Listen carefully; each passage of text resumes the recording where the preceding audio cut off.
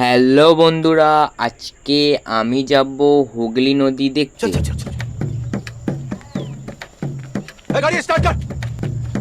আর আমি ফাইনালি কলকাতার হাইওয়েতে চলে এসেছি। আর এটা ছিল হুগলি নদী ওঠার একমাত্র ব্রিজ। जरा सबर करो बोला धक्का बुक्की नहीं करने का। আর আমি ফাইনালি হুগলি নদীর উপরে উঠে পড়েছি, তোমরা দেখতেই পাচ্ছ। আর পিছনে বিল্ডিংগুলো সবুজ।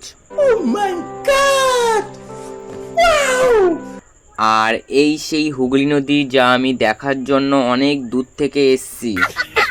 আর এর পাশেই ছিল পদ্মা নদী, দেখতেই পাচ্ছ কত পদ্ম হয়ে আছে, সবুজ সবুজ।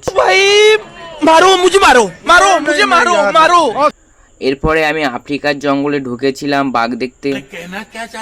আর আমি এই জঙ্গলে ঢুকে বাঘ খুঁজছিলাম, বাঘকে পাইনি। আমার খুব ভয়ও লাগছিল বাঘ দেখবো বলে।